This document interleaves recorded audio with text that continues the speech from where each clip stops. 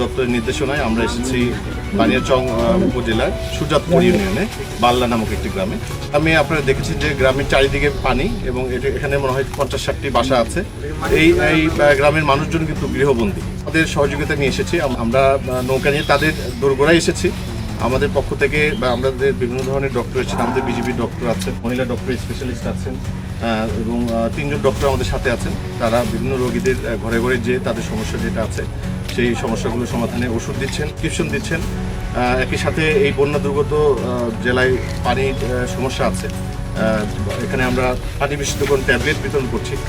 আমাদের সাথে একটা ভেটেরিনারি টিম আছে, তারাও এই বাড়ি বাড়ি যে বিভিন্ন ধরনের গরু গবাদি পশু যেগুলো আছে তাদেরকেও প্রয়োজনীয় চিকিৎসা সেবা এবং বিনামূল্যে ওষুধ আমাদের পক্ষ থেকে দেয়া। কিছু দুর্গম জায়গায় আমরা ড্রোনের মাধ্যমে ত্রাণ বিতরণ করেছি এবং আরও কিছু আমরা আজকে করব।